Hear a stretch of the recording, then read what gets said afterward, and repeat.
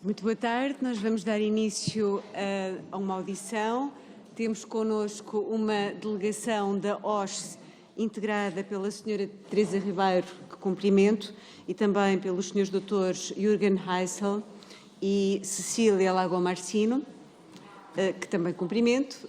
Cumprimento as senhoras e os senhores deputados e, enfim, manifesto satisfação pela circunstância óbvia desta audição ter suscitado tanto interesse que, apesar de o dia ir longo, conseguimos juntar senhoras e senhores deputados do Grupo Parlamentar do Partido Socialista, do Grupo Parlamentar do Partido Social Democrata, da Iniciativa Liberal, do Partido Comunista e do Bloco de Esquerda, e temos uma grelha que atribui 15 minutos iniciais à senhora doutora para a exposição que tiver por pertinente. Seguir-se-ão de seguida seguir-se-ão as intervenções dos grupos parlamentares, 5 minutos para cada grupo parlamentar. Senhora doutora, vamos ouvi-la. Muito obrigada por estar connosco. Muito obrigada, senhora Presidente. Senhores deputados, é um grande prazer estar aqui. Vou ter que falar em português, não é verdade? Como preferir. Eu penso que seria mais adequado neste contexto falar-se em português. Muito Se houver bem. necessidade de tradução... Não se preocupe, falamos em português, apenas a circunstância, por um lado, de vir de uma organização internacional, trazer uma delegação e, portanto, que não pode acompanhar, mas não importa, aquilo que é importante será, neste caso, o diálogo com os senhores deputados. Muito obrigada, sei que o dia foi longo, a hora é tardia, e apesar de tudo, como disse, Sra. Presidente, tenho o gosto de ver à volta desta mesa uma representação muito diversificada do Parlamento, a quem gostaria, em linhas muito gerais, por um lado, apresentar aquilo que tem sido o trabalho da representante para a liberdade dos média da Organização para a Segurança e Cooperação na Europa, e por outro lado, obviamente, também levantar aqui algumas questões naquilo que diz respeito a Portugal em matéria de liberdade dos média, que tem uma ligação direta a esta Comissão. Relativamente ao mandato, este é o mandato da representante para a liberdade dos média da OSCE. A OSCE é uma organização para a segurança e cooperação na Europa. Portanto, é basicamente uma organização de cooperação na área da segurança, com uma especificidade muito particular e que eu diria é, de alguma forma, constitutiva da própria abordagem de segurança e que tem a ver com um conceito de segurança apoiado, digamos assim, em 3 pilares, em 3 dimensões. A primeira, segurança político-militar, a segunda, economia e ambiente, e uma terceira dimensão, direitos humanos. É nesta terceira dimensão que a instituição representante para a liberdade dos média se insere. É uma instituição autónoma dentro da organização, por razões óbvias, justamente para que não haja nenhuma interferência por parte dos Estados participantes naquele que é o trabalho da representante para a liberdade dos média. Em suma, de uma forma muito telegráfica, mas que pretende resumir as linhas fundamentais do mandato. A primeira delas tem a ver com a identificação de violação de compromissos assumidos no quadro da OSCE no domínio dos média, da liberdade dos média, da liberdade de expressão, e segunda orientação, o segundo vetor do mandato é a prestação de assistência aos Estados participantes para que eles alinhem as suas práticas, a sua legislação com os compromissos assumidos no quadro da OSCE, em matéria de liberdade de expressão e liberdade dos média. Gostaria também de sublinhar que, justamente por termos este conceito alargado de segurança, com estas 3 dimensões, que o tornam único, diria eu. Não conheço nenhuma outra organização de segurança com esta multifacetado, com este conceito multifacetado como é este, e que coloca os direitos humanos no âmago das questões de segurança, que me parece que é uma abordagem muito interessante e como eu há pouco dizia, se não se importa, posso tirar aqui um bocadinho de água.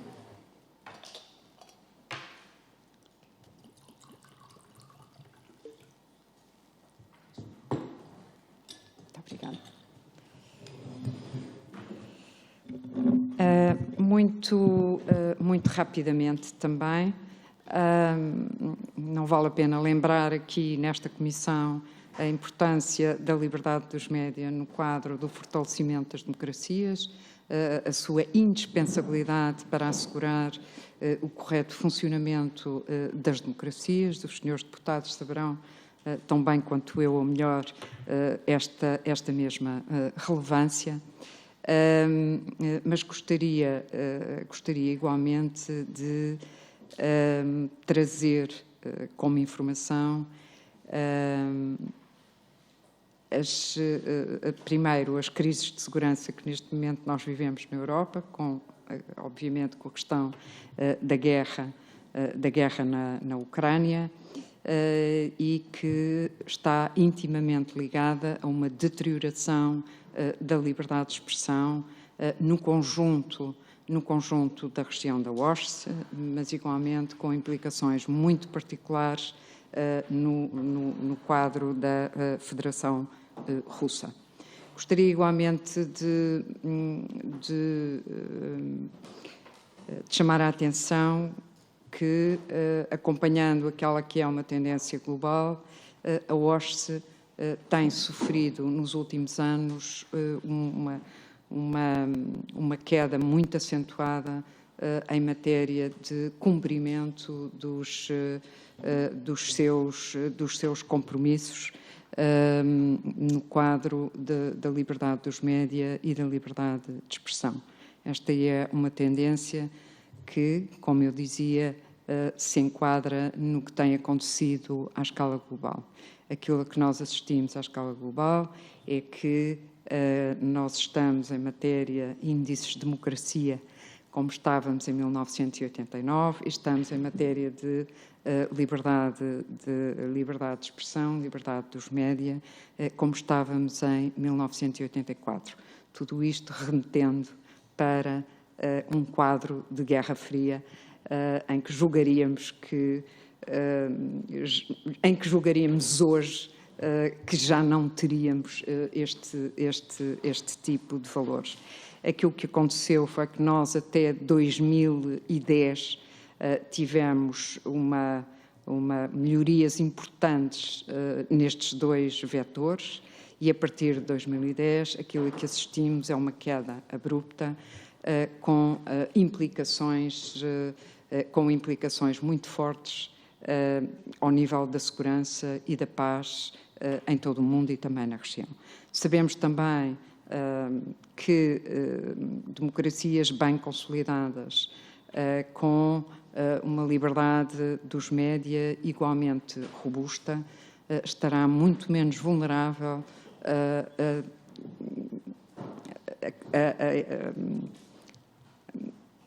a entrar em processos de conflitualidade ou de guerra, quer de natureza interna, quer de natureza interestadual.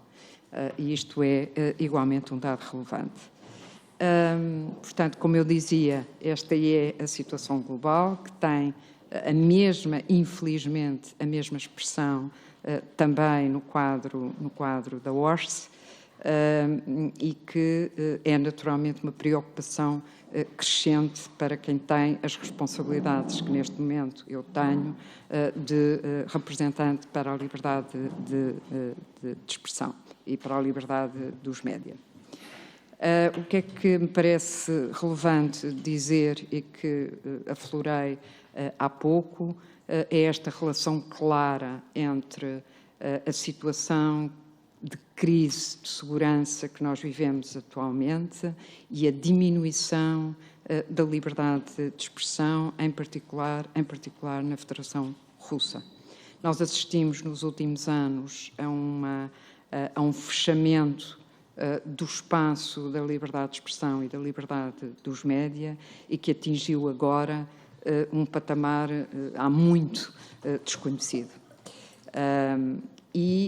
Obviamente, que se tratou de uma estratégia de enclausuramento e de fechamento do debate público para que fosse possível, de alguma forma, e mais fácil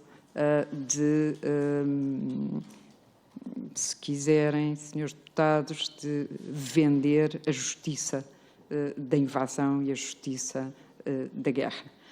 E, portanto, não há nenhuma dúvida que há aqui uma conexão, e é uma conexão bastante evidente.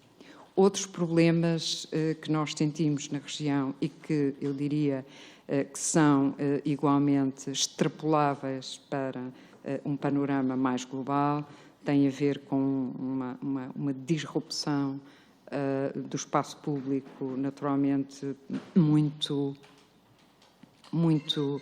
associada ao modelo de negócio das plataformas digitais, muito associada à expansão das redes sociais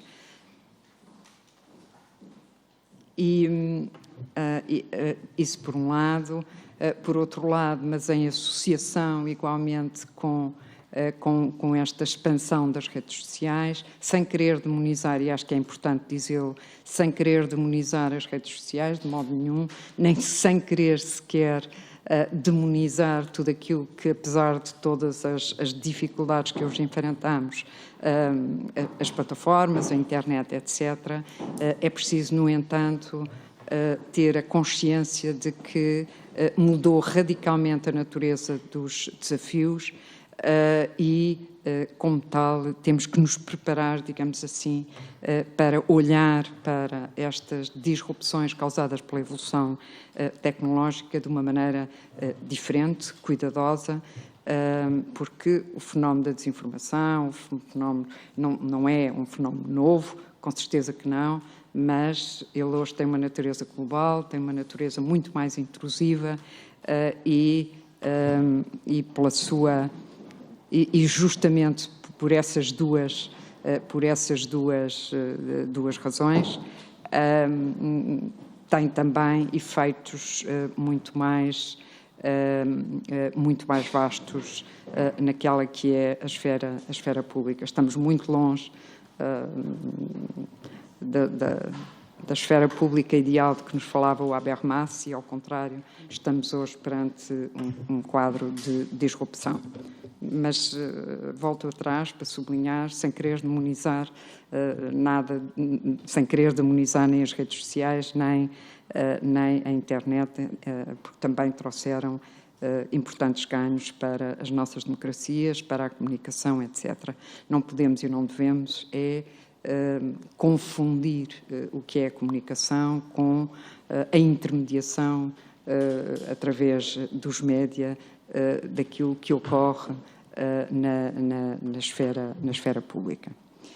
Outra questão que, de alguma forma, também associada a esta é o sentimento e associada à expansão do populismo é a questão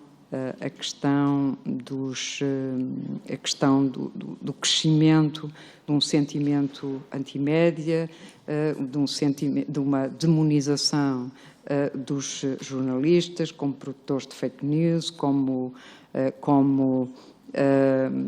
grandes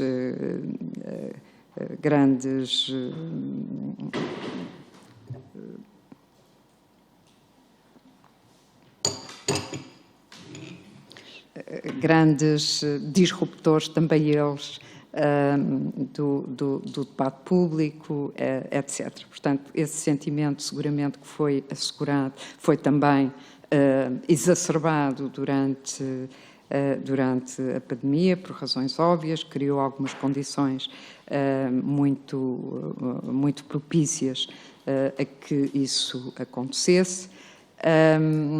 Por outro lado, também, como comecei por dizer, ligado a este fenómeno anti-média, anti-jornalistas, a questão da segurança dos jornalistas, que é um verdadeiro problema, é um problema global, é um problema na região da OSCE e é, naturalmente, um problema em que o meu escritório olha com profunda preocupação.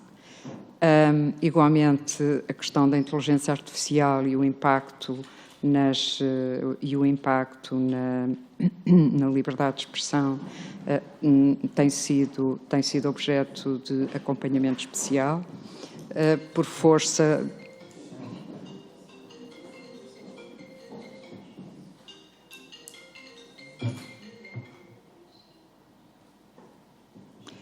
tem sido objeto de acompanhamento especial por parte do escritório, justamente por também a inteligência artificial contribuir para uma maior polarização, a criação de bolhas, a dificuldade de comunicação entre diferentes grupos dentro da comunidade, enfim, todos esses efeitos, mais uma vez, disruptores do espaço público nos preocupam e também são objetos de um acompanhamento próximo por parte do escritório da minha instituição. Por outro lado, nós celebramos este ano os 25 anos de mandato. Lembro aqui que Portugal foi durante uma presidência portuguesa da OSCE, que há 25 anos foi tomada a decisão de criar um representante para a liberdade dos média, depois foi concretizada no ano seguinte e este ano celebramos os 25 anos. Nós escolhemos para o slogan desta celebração algo que tem a ver com aquilo que eu disse no início da minha intervenção: não há segurança sem liberdade dos média, chamando a atenção para a sua importância para a paz e a democracia, para a paz e a estabilidade e, obviamente, para a segurança enquanto tal e no tal sentido alargado de que há pouco fiz referência. O que gostaria também de dizer, preocupações relativamente a Portugal. Portugal está muito bem, eu diria, muito bem classificado nos rankings internacionais. Tenho, no entanto, eu diria, uma preocupação e meia. A meia tem a ver, porque recebi hoje algumas boas notícias, tem a ver com a questão da a Carta Portuguesa dos Direitos Digitais, que era uma preocupação, que acompanhávamos com essa mesma preocupação e que sabemos que, em princípio, vai ser objeto de alteração, permitindo a retirada daqueles que eram os dispositivos mais polémicos, designadamente o mecanismo de queixa à IERC e a etiquetagem de conteúdos que de facto me pareciam extraordinariamente controversas do ponto de vista da nossa Constituição, mas não apenas da nossa Constituição, e também de um quadro alargado de princípios fundadores ou princípios fundamentais das nossas democracias. Portanto, esta era a meia preocupação. aquela que é uma preocupação inteira e que trago aqui, e confesso que é essa também uma das razões que me fez incluir no programa desta minha deslocação oficial a Portugal, é a questão da criminalização da difamação. A criminalização da difamação é um problema que nos deixa numa posição incómoda do ponto de vista reputacional ao nível internacional. Portugal, entre o período 2005 e 2015, tem um índice de violações no Tribunal Europeu dos Direitos Humanos que é 3 vezes a média dos restantes países da União Europeia. Por um lado, 2/3 dos casos de violação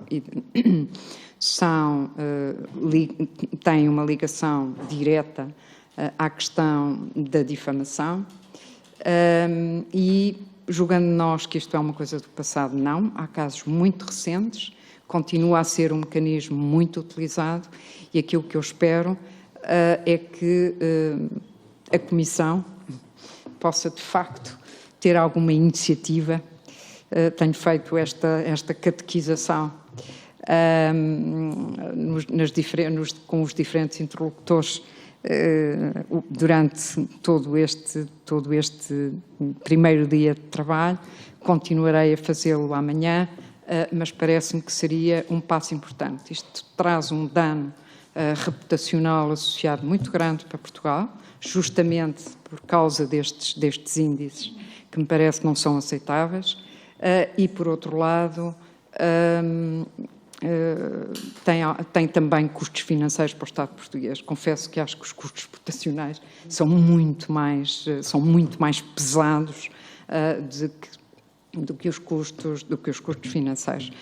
Estará em parte nas vossas mãos e, portanto, o meu apelo, e era, aliás, a maior preocupação que eu aqui trago, porque, como digo, acho que em Portugal comparamos bem com todos os outros, com os 183 países que são considerados num relatório produzido anualmente pelos Repórteres Sem Fronteiras. Estamos no 7º lugar e, portanto, não há, e aquilo que me parece que é ainda mais importante, nós temos consistentemente subido nesse índice. O que me parece que é uma tendência de crescimento e é essa que me parece ainda mais positivo, não apenas onde estamos, o patamar em que estamos, mas pelo facto de eu representar uma subida constante nessa avaliação e nessa comparação com os demais países. Eu diria que, posto isto, estou à vossa disposição para as questões que entenderem colocar. Muito obrigada, Sra. Doutora. Ficaram claras as razões pelas quais temos uma sala tão preenchida num horário tão tardio. Agradeço, sobretudo, a gentileza com que inicialmente nos apresentou a organização, a generosidade com que o fez. Ficou também claro, na parte final da exposição, quais são as principais preocupações que pretende partilhar com a Comissão de Assuntos Constitucionais, mas estão também presentes muitos senhores deputados da Comissão de Cultura e Comunicação, que têm interesse direto no assunto. A realidade social sobre a qual a Habermas refletiu talvez já não seja exatamente a mesma que hoje temos, e a questão central que convida à nossa reflexão e que se relaciona com a criminalização ou a descriminalização da difamação é ela própria hoje uma questão porventura mais problemática do que era há 30 anos. Eu lembro-me que há 30 anos os penalistas debateram a possibilidade de descriminalização de todas as ofensas à honra, como fizeram, por exemplo, os franceses, que mantiveram a criminalização só das condutas mais graves.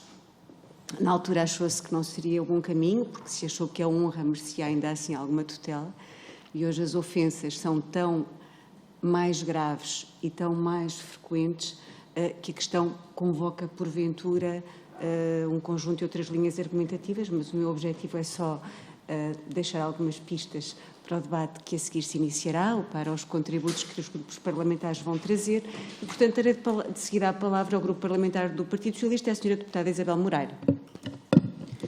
Muito obrigada, Sra. Presidente. Eu começaria por cumprimentar, em nome do Grupo Parlamentar do Partido Socialista, toda a delegação, naturalmente, em especial na sua pessoa, dizer que é um gosto estar aqui, independentemente da hora, a ouvir, termos esta conversa sobre temas tão importantes.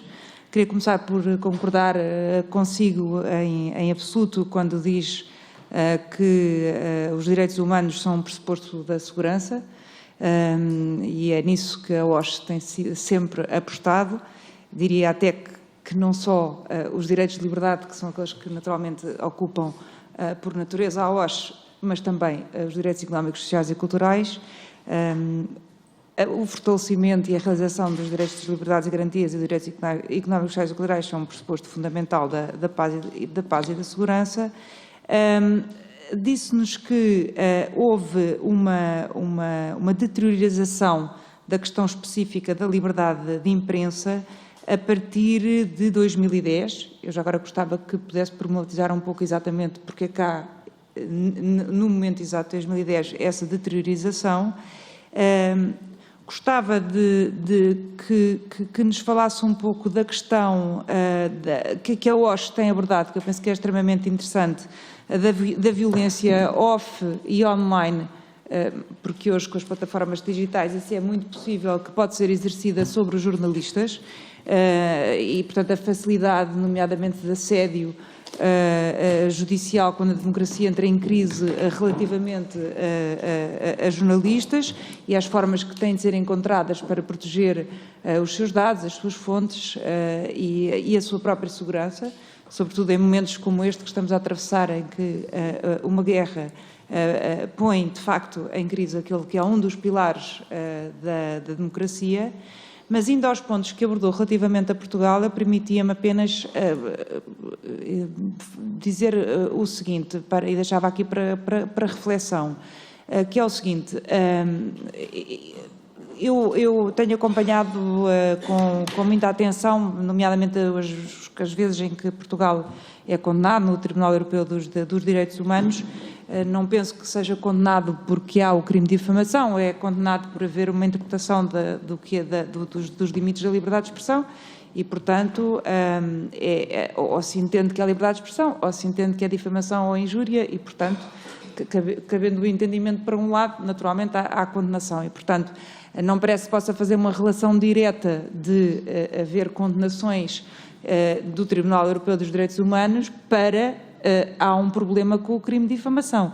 Pode haver, eventualmente, um problema de diferentes interpretações relativamente à nacional e do Tribunal Europeu dos Direitos Humanos, e poderemos ter opiniões sobre para onde é que pende mais a razão, sobre quais é que são os limites da liberdade de expressão, mas não há uma consequencialidade, isto é, não se pode dizer como há condenações no Tribunal dos Direitos Humanos relativamente à liberdade de expressão, isso significa automaticamente que há um problema com a existência de per si do crime de difamação ou do crime de injúria, porque de facto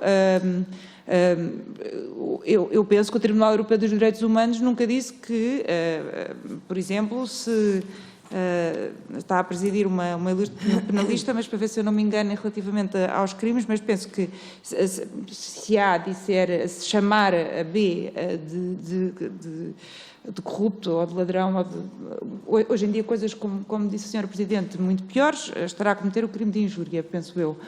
Se A disser a C que B é isso tudo, estará a cometer o crime de difamação. Não me enganei, eu não acho que é assim. Pronto, se me lembro de memória, penso que é assim. Pronto, e penso que são crimes que, pelo menos do meu ponto de vista, ainda bem que o são, que tutelam bens importantes e tutelados constitucionalmente, com penas, por alguma razão também, tendo em conta as situações baixas e com possibilidades no concreto de se ter em conta as circunstâncias que, enfim, nós conhecemos, mas também tem sido muito estudado, e isso é muito interessante, os efeitos que estes crimes têm nas pessoas, nomeadamente as vítimas que sofrem dos crimes de difamação, de injúria, os efeitos que têm ao nível de, por exemplo, flashbacks, ansiedades, a perturbação do sono, a irritabilidade, porque depois estes crimes também se têm, se quiser, aperfeiçoado no mau sentido, por exemplo, em questões como a violência de género e em questões de ódio e por aí fora. E, portanto, tem havido estudos que também demonstram a necessidade de continuar a tutelar aquilo que de facto não é a liberdade de expressão, mas calúnia ou injúria, perdão, ou difamação. Coisa diferente, e sim é um debate muito importante ao qual devemos estar sempre atentos, é qual é que é o tipo de a mentalidade que está por detrás de cada sentença, que leva a que se considere num determinado caso que isso se enquadra na liberdade de expressão e noutro não, e que deve ser considerado crime e que tem levado, de facto, muitas vezes a entendimentos díspares. Devo dizer que nem sempre acompanha o entendimento do Tribunal Europeu dos Direitos Humanos. Isto é uma sociedade livre de intérpretes e, portanto, mas o problema existe de facto e não poderia deixar de dar esta nota porque eu penso que a proteção da liberdade de expressão e da liberdade de imprensa também passa pela proteção da verdade. E nós temos vivido isso de uma forma muito intensa recentemente, nomeadamente quando sabemos que é preciso uma imprensa livre, e agora deixando a questão destes dois crimes, quando sabemos que é essencial termos uma imprensa livre, porque uma imprensa verdadeiramente livre e forte é uma imprensa que transmite factos verdadeiros e que impede a proliferação de falsos factos e a força do discurso de ódio, e sabemos que vou terminar, que as palavras infelizmente às vezes têm uma dimensão de ação, veja-se o que aconteceu no Capitólio. E com isto terminava a intervenção e agradecia mais uma vez, por parte do Grupo Parlamentar do Partido Socialista, a vossa presença. Muito obrigada, Sra. Deputada. Sra. Deputada Sara Madruga da Costa, pelo Grupo Parlamentar do PSD. Muito obrigada, Sra. Presidente. Gostaria, em primeiro lugar, de cumprimentar a delegação da OSCE aqui presente e agradecer todas as questões que nos colocaram e que nos trouxeram e que permite-nos refletir sobre um conjunto alargado de matérias e que para nós são essenciais e permite-nos, ao discutir essas matérias, afirmar aquele que é o princípio constitucional da liberdade de expressão, e nunca é demais afirmar este princípio, até tendo em conta que assistimos neste momento a uma das maiores, consideradas uma das maiores pandemias do mundo, com a desinformação. Essa desinformação, como aqui também já foi referido, também tem uma dimensão na guerra que se está neste momento a atravessar na Ucrânia. Ficou bastante evidente desde o início da guerra até agora que a guerra não se tem discutido apenas no campo de batalha, mas também tem assumido uma dimensão nas redes sociais, na forma como a mensagem da comunicação social é prestada, se estamos de um lado ou estamos do outro, e isso ficou bastante evidente, é bastante patente com esta guerra da Ucrânia e obviamente voltar aqui a reafirmar que essa dimensão é bastante relevante da segurança e da paz. Não querendo perder muito tempo com a questão que é importante da criminalização da difamação, mas é uma vexata quaestio que já há bastante tempo é discutida na nossa doutrina, e não vamos pôr aqui em questão a componente garantística do nosso ordenamento jurídico em relação à liberdade de expressão versus o entendimento que é feito no Tribunal Europeu dos Direitos do Homem. Essa questão é irrelevante, mas não é, quanto a nós, a questão neste momento mais importante a discutir. A questão mais importante na nossa maneira de ver, de discutir neste momento, é a questão da desinformação e saber abordar a problemática das fake news e todos os desafios que esta desinformação nos colocam. Foi aqui referido também a aprovação da Carta Portuguesa dos Direitos Fundamentais na Era Digital.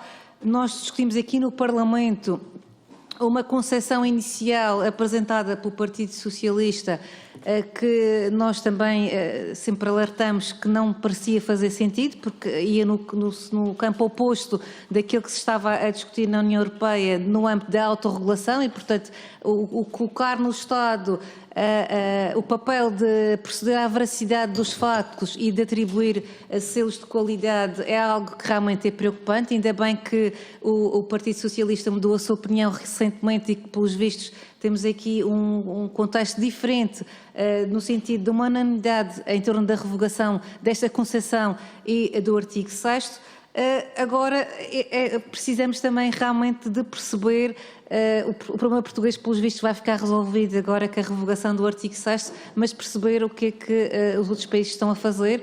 Sabemos que a maior parte dos países a nível europeu não estão a seguir o caminho da regulação, mas o caminho da autorregulação e, portanto, era aqui também importante perceber a vossa experiência no campo internacional para perceber qual é que é o vosso entendimento de como combater a desinformação, como conter a propagação da informação falsa, como preparar os cidadãos para lidar com esta nova realidade, para que possam distinguir o que é a desinformação da informação real e como podemos ajudar ao robustecimento da comunicação social, à independência do jornalismo, que é obviamente fundamental para combater, é o que resulta do plano de ação europeu, o enfoque na independência do jornalismo como sendo uma dimensão fundamental para combater a desinformação e, portanto, é fundamental promover a independência do jornalismo e também, eventualmente, a literacia digital para combater este fenómeno.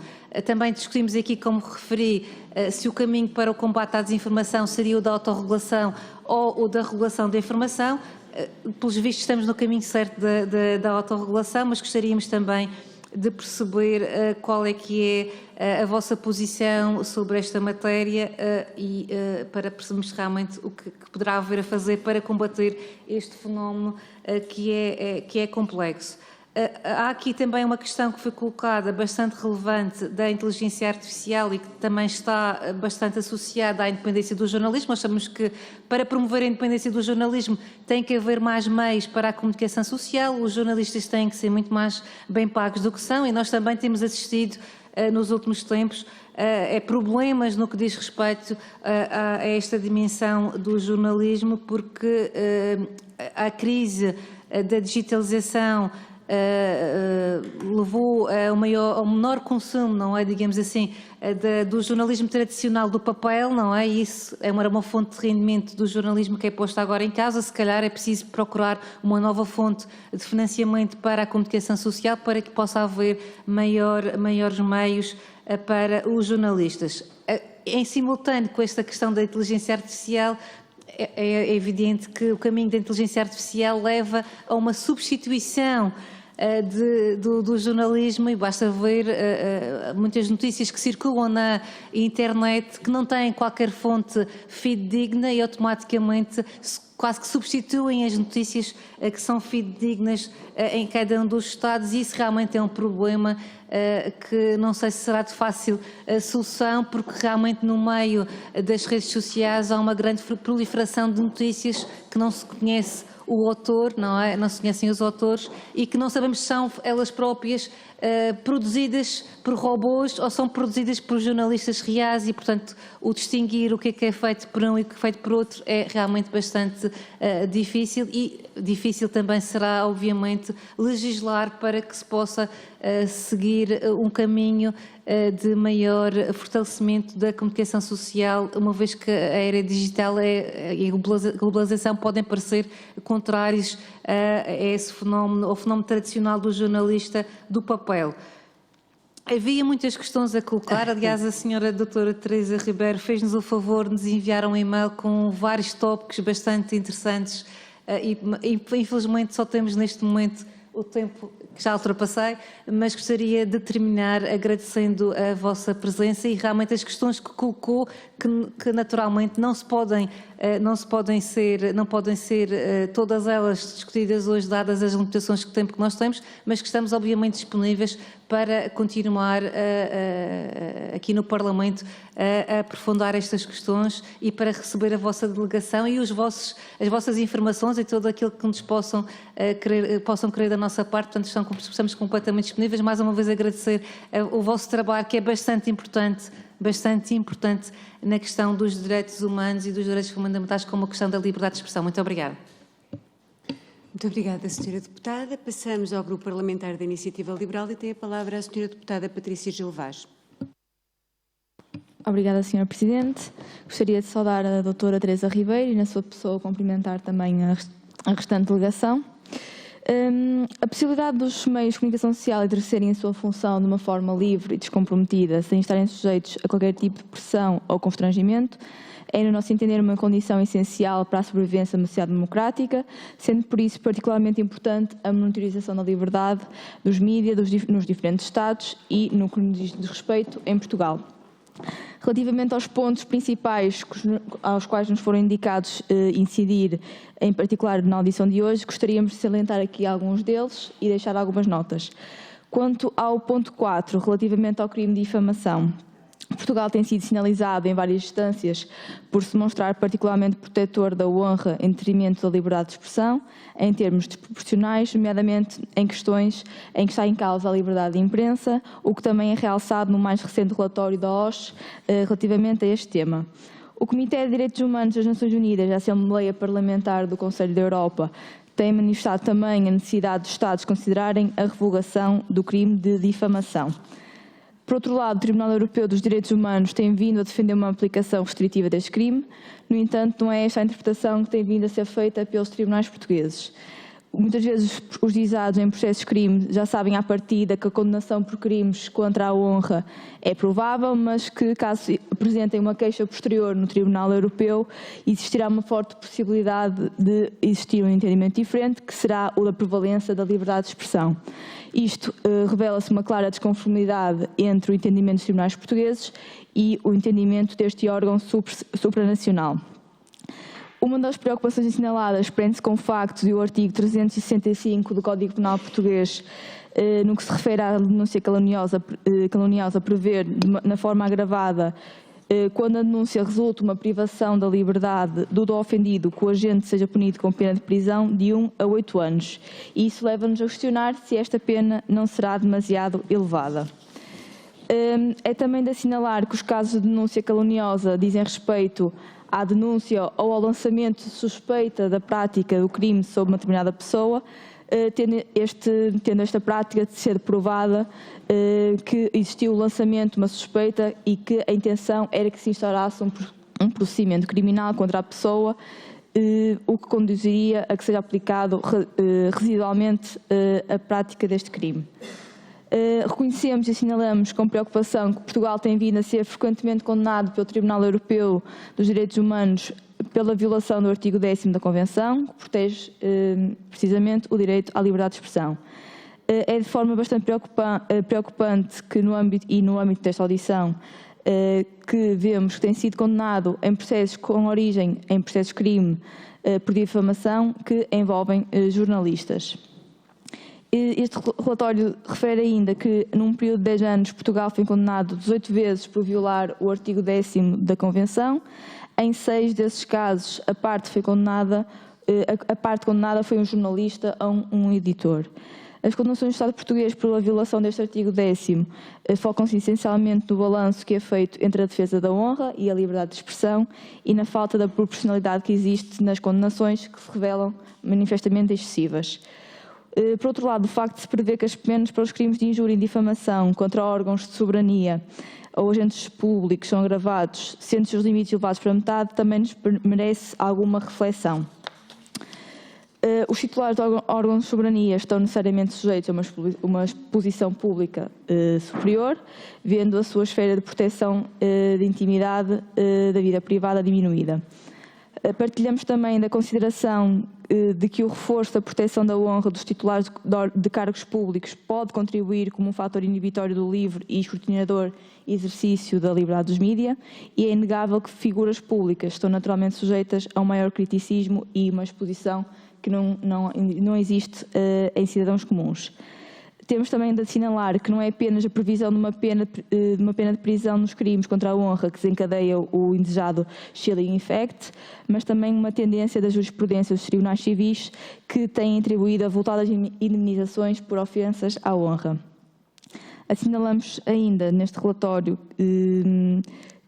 que os problemas mais decorrentes da previsão da pena de prisão contra dos crimes contra a honra, a principal questão é que Portugal, relativamente a esta matéria, diz respeito à forma como os tribunais aplicam a lei, em detrimento da liberdade de expressão, e isto só mudará com o fortalecimento de uma cultura democrática, com um acolhimento das orientações emanadas pela jurisprudência do Tribunal Europeu, que tem sido bastante protetor no livre exercício do jornalismo e da liberdade de expressão. O segundo ponto que também gostaríamos de fazer referência é a Carta Portuguesa dos Direitos Humanos na Era Digital. Esta matéria foi recentemente discutida em plenário aqui na Assembleia da República. Assistimos no ano passado a uma evolução no entendimento relativamente ao artigo 6º desta mesma carta, que também já aqui foi referido. Este artigo é problemático, no nosso entender, para a liberdade de expressão e para a liberdade de informação, e a Iniciativa Liberal desde sempre e desde o início que se contestou este artigo na linha da frente. Consideramos que não pode existir um espaço para a censura com o pretexto de se proteger os cidadãos contra narrativas nocivas, e a censura obviamente coloca inadmissivelmente a autoridade acima da liberdade individual. Nas votações que foram feitas neste projeto de lei, a Iniciativa Liberal considera que não basta uma revogação do número 2, mantendo-se o número 1 como o projeto do PS fez. Entendemos que... Senhora Deputada, eu peço desculpa por interromper, mas já ultrapassámos... Deve existir uma revogação. Queria só então... Posso só mais um segundo? 30 segundos para concluir, por favor. Queria então só dizer que para a Iniciativa Liberal a liberdade individual promove o desenvolvimento social, económico e político, que só se consegue quando a liberdade individual anda de mão dadas com a liberdade de imprensa, num respeito mútuo, e a liberdade de imprensa potencia diretamente a discussão de ideias e promove um direito à diferença e à crítica. Obrigada. Muito obrigada, Sra. Deputada. Nós concluímos assim este período de intervenção dos grupos parlamentares. Eu vou passar de seguida a palavra à Sra. Doutora Teresa Ribeiro, permitindo-me formular, apenas de uma forma muito sucinta, uma interrogação que eu acho que foi transversal às várias intervenções e que tem a ver com o admirável mundo novo, de facto, e com a impossibilidade de hoje olharmos para a forma como o Habermas procurava explicar a realidade social. Nós passamos décadas a acreditar que, havendo liberdade dos média, estava garantido o direito à informação. E hoje sabemos que a liberdade dos média não é suficiente para garantir o direito à informação, porque pode haver toda a liberdade dos média e ainda assim haver desinformação. Ou seja, o problema é muito mais complexo hoje do que nos parecia ao longo das últimas décadas. Portanto, nós precisamos de encontrar aqui uma concordância prática e estamos desejosos de ouvir aquilo que tiver por conveniente transmitir-nos. Muito obrigada. Muito obrigada, e não vale a pena nós queremos tornar simples aquilo que é extremamente complexo. E, portanto, é extremamente complexo e hoje temos esse tal mundo, por isso é que eu comecei por referir que a evolução tecnológica tinha trazido uma disrupção no espaço público, no espaço da informação, que terá consequências imensas na forma como nos organizamos, na nossa mundividência, na nossa vida política, na expansão de determinadas correntes políticas, etc. E, portanto, não vamos ignorar tudo isso, está lá, é um real problema da sociedade e temos que nos preparar para lhe trazer algumas respostas. Não acredito que seja possível uma resolução completa, parece-me que isso seria mais complicado. Vamos ter que ter um investimento de longo prazo, associado a algumas medidas provavelmente de médio prazo, de curto prazo, mas a primeira mensagem é que não é fácil, mas não sendo fácil, não quer dizer que nos possamos demitir ou que possamos, sobretudo, utilizar os instrumentos errados para tentar encontrar uma resposta para ele. E essa é que é a grande dificuldade nesta discussão e a grande dificuldade na resposta a este tipo de desafios. Voltando à questão da difamação, com certeza percebo todas as questões que foram suscitadas pela senhora deputada Isabel Moreira, com certeza que sim, também pela senhora deputada do PSD, com certeza que sim, são matérias muito complicadas, muito delicadas, temos aqui direitos que merecem proteção e que com certeza devem tê-la, mas há uma coisa que é certa, a lei portuguesa tem um conjunto de dispositivos que são dispositivos que eventualmente estão totalmente desalinhados com aqueles que são os padrões, e aí eu confesso que estou muito alinhada com esses padrões do Conselho da Europa, e designadamente naquilo que tem a ver com o escopo muito alargado daqueles que merecem proteção reforçada no quadro da difamação, até os professores universitários, etc.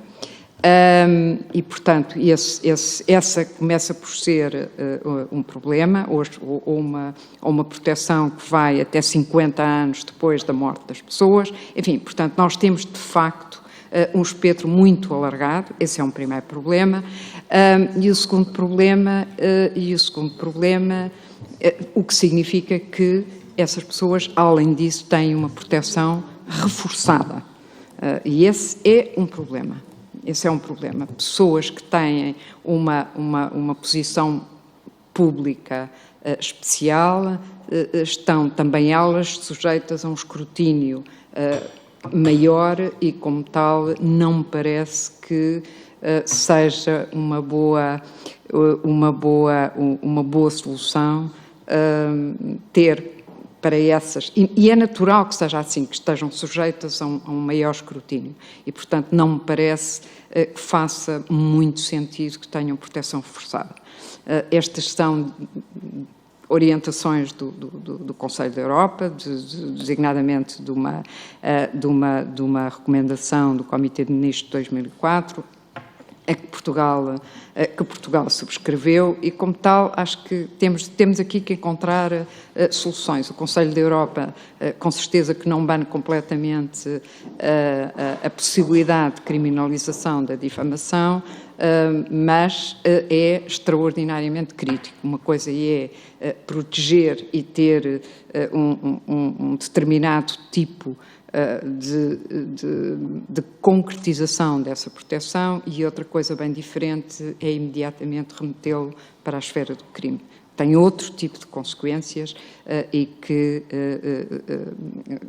também elas têm repercussões no tempo, etc., muito complexas. Mas isto daria para nós estarmos aqui, provavelmente, vejo que sim, e que temos aqui muitos juristas à volta da mesa, coisa que eu não sou, mas com certeza que daria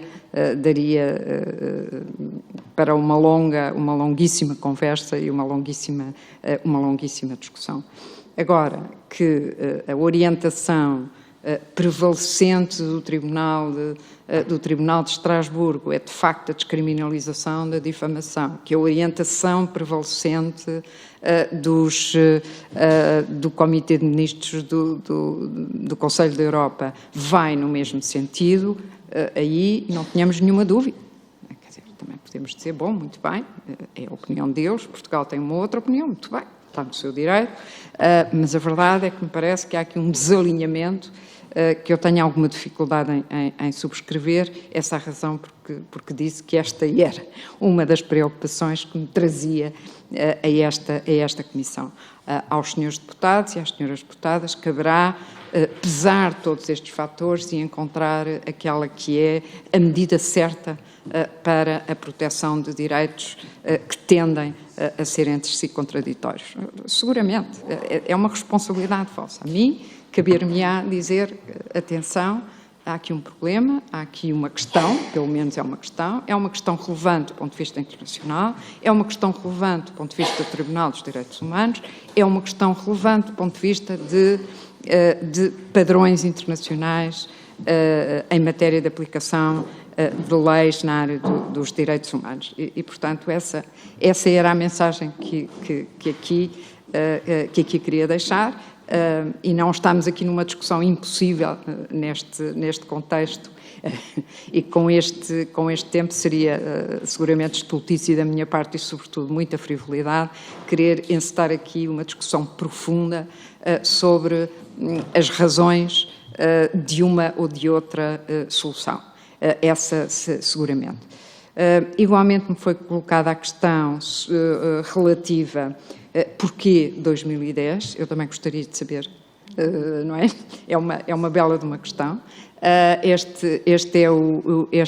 Estes dados são recolhidos do relatório do VDEM, Varieties of Democracy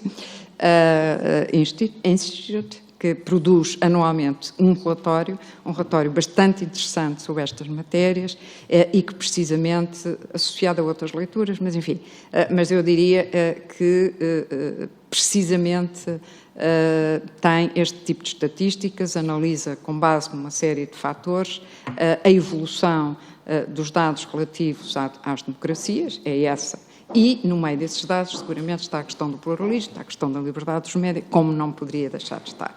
E, portanto, o porquê de 2010, eu também gostaria de... Mas a verdade é que nós estamos num caminho de autocratização. Isso aí é evidente, está documentado, digamos assim, por todas as estatísticas, não há dúvida nenhuma. Nós estamos nesse caminho. Agora, porquê isso... Porque é que de repente os países estão menos... Enfim, há uma realidade geopolítica que não é estranha a isso, com certeza, e eu acho que isso é importante também sublinhar, mas estes problemas que nós julgaríamos, por exemplo, confinados a determinadas partes da região oeste, como eu comecei por dizer, é uma região muito ampla e muito diversa, mas a verdade é que nós hoje temos problemas gravíssimos de direitos humanos na União Europeia, que é uma comunidade de lei e que assenta numa coisa tão simples como é a Carta dos Direitos Fundamentais, a Carta Europeia dos Direitos. Portanto, não há dúvida que é um problema, que a tendência existe e que nós vemos que, infelizmente, o agravamento progressivo está lá. Está lá. Agora, enfim, há aqui muitos fatores, seguramente também não é estranha, não será estranha a esta tendência, a expansão das redes sociais, provavelmente, a possibilidade da anulação das intermediações. As sociedades, especialmente a sociedade democrática, vive de intermediação, os jornalistas são intermediários, os políticos são intermediários, e quando esses mecanismos de intermediação desaparecem, eu diria que as democracias seguramente que sofrem com isso. Como é que nós resolvemos esse problema? Pois, é um problema, e é um problema muito grave. Há quem pense neles, há quem, como, por exemplo, Daniel Yanararat, que tem refletido sobre essas matérias, qual é o papel da intermediação em sociedades globais, em sociedades profundamente interdependentes, totalmente conectadas, como é que isso se resolve? Portanto, o problema existe, está lá. Eu gostaria imenso de trazer aqui a silver bullet para estas respostas, infelizmente não tenho essa capacidade. Desinformação é seguramente um problema, é um problema muito grave que tem efeitos extraordinariamente nocivos nas nossas democracias, que tem efeitos extraordinariamente nocivos na própria liberdade de expressão. Aquilo que eu defendo é que aquilo que nós temos que fazer é reforçar os mecanismos da liberdade de expressão se queremos ter menos desinformação. Temos que investir, temos que mapear a desinformação a nível nacional, acho que isso é muito importante, saber onde é que estão, quais são as fontes e tentar perceber a oferta, infelizmente, oferta num sentido muito negativo da desinformação. Temos que reforçar os mecanismos de empoderamento dos cidadãos relativamente aos média. Por isso também nós estamos a trabalhar na área da literacia para os média, com um enfoque particular, porque não queremos competir com outras organizações que já têm um trabalho provado nessa matéria. E seria também uma competição absolutamente irracional, e aquilo em que nos queremos concentrar é, sobretudo, na literacia digital centrada, com um particular foco na liberdade dos médias, justamente para sublinhar a importância que a liberdade dos médias tem para o funcionamento das nossas sociedades democráticas. Portanto, literacia para os médias, mapeamento da desinformação, e uma literacia para os médias que, de alguma forma, haja nas duas dimensões. Isto é, por um lado, para que aqueles que são sistematicamente bombardeados com desinformação sejam capazes de perceber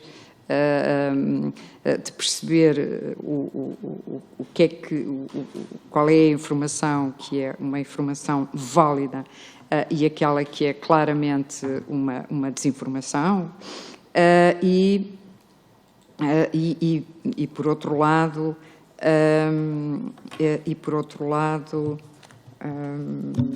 peço desculpa que agora me perdi de repente, e por outro lado também a sensibilização dos cidadãos para a sua responsabilidade enquanto produtores de conteúdos que circulam nas redes sociais. Portanto, eu diria que esta dupla dimensão tem que estar devidamente acautelada. Uma outra é a promoção de jornalismo de maior qualidade. Com certeza que o problema da sustentabilidade dos médias é central nesta equação. Como é que nós vamos ter jornalistas de qualidade?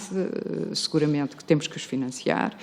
Temos que pensar como é que não apenas o parasitismo das redes sociais, que esgotam, que de alguma forma têm tendência a exaurir aquilo que é produzido pelos jornalistas, sem que sejam os médias e os jornalistas a beneficiar com isso, mas sim o modelo de negócio das plataformas. Isso é um outro problema que vamos ter que olhar com muita atenção. Seguramente, talvez no futuro, tenhamos que pensar que, tal como outras instituições da nossa democracia, também os médias são são instituições da nossa democracia e, como tal, terão que ter uma abordagem do ponto de vista do seu financiamento semelhante a outras instituições da democracia. É uma discussão em aberto, mas que eventualmente terá que ser também ela convocada para esta discussão mais genérica sobre a desinformação.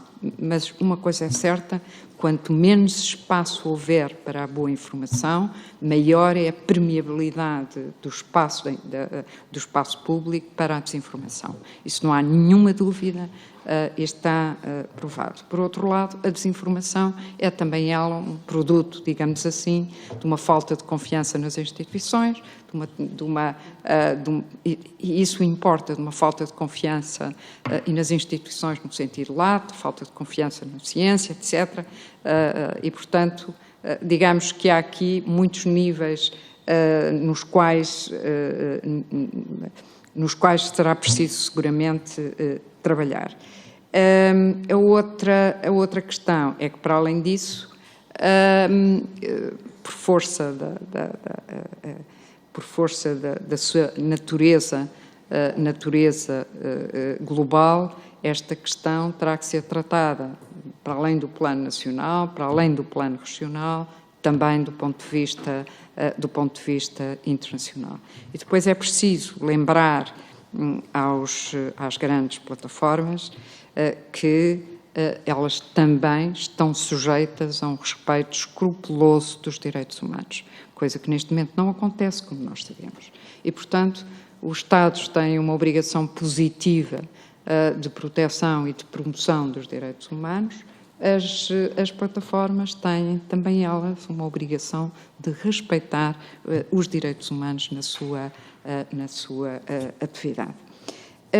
E, portanto, eu diria que há aqui uma pleia de medidas que é preciso estudar, que é preciso concretizar e sobre a qual nós também, enquanto instituição, estamos a trabalhar.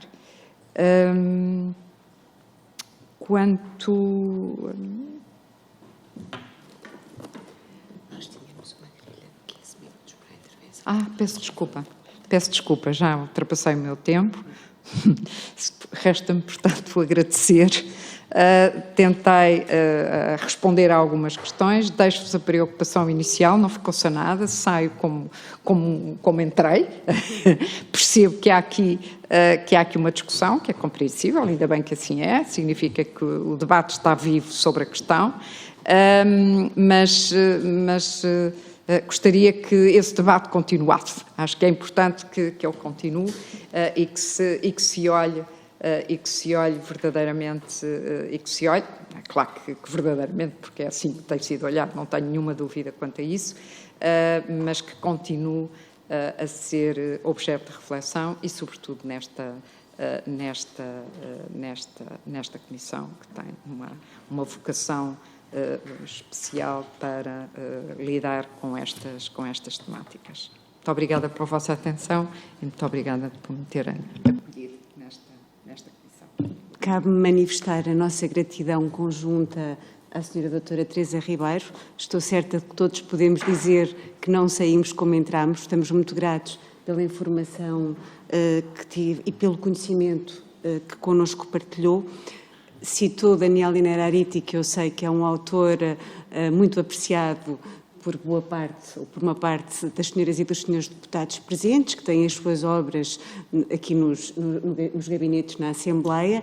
Nós estamos no dialbar de uma longuíssima legislatura, a 15ª legislatura, e pode ser que haja espaço para organizarmos uma reflexão sobre estas questões, eventualmente com a senhora doutora Teresa Ribeiro, talvez com o próprio Daniel Innerarity. Quando sonhamos alto, e com outros naturalmente, mas, enfim, queria agradecer muitíssimo a gentileza da senhora doutora e garantir que os assuntos que nos trouxe serão seguramente objeto da nossa reflexão. Muito obrigada. Muito obrigada.